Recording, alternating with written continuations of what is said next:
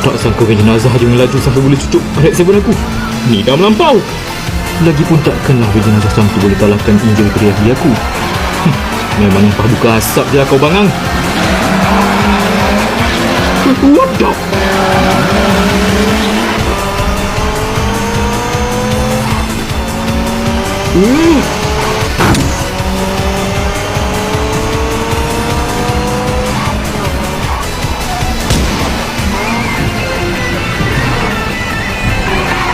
Bodoh, selekor tajam kat depan kau tak break.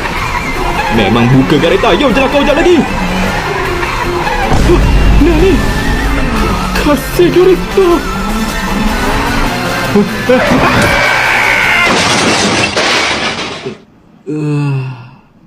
Apa hal gelap sangat ni? Tunggu, tadi aku accident. Takkanlah aku dah mati ya? Serius lah?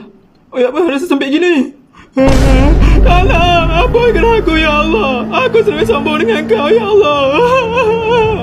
Aku janji aku akan puasa ya Allah. Hidupkan aku balik. Hidupkan. Hai Khairul, dari dulu pantang tak boleh puasa.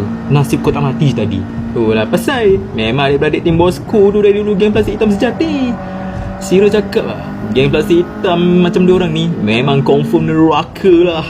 Astaghfirullah Mulun, kau ni jaga sikit beria je macam kau ahli syurga pula betul lah ibarat puasa ni macam orang Islam.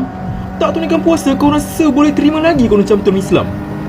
Lagipun spesies diorang ni lah merosakkan kemuliaan bulan mulia ni tahu tak. Tambah lagi jatuhkan maruah umat je.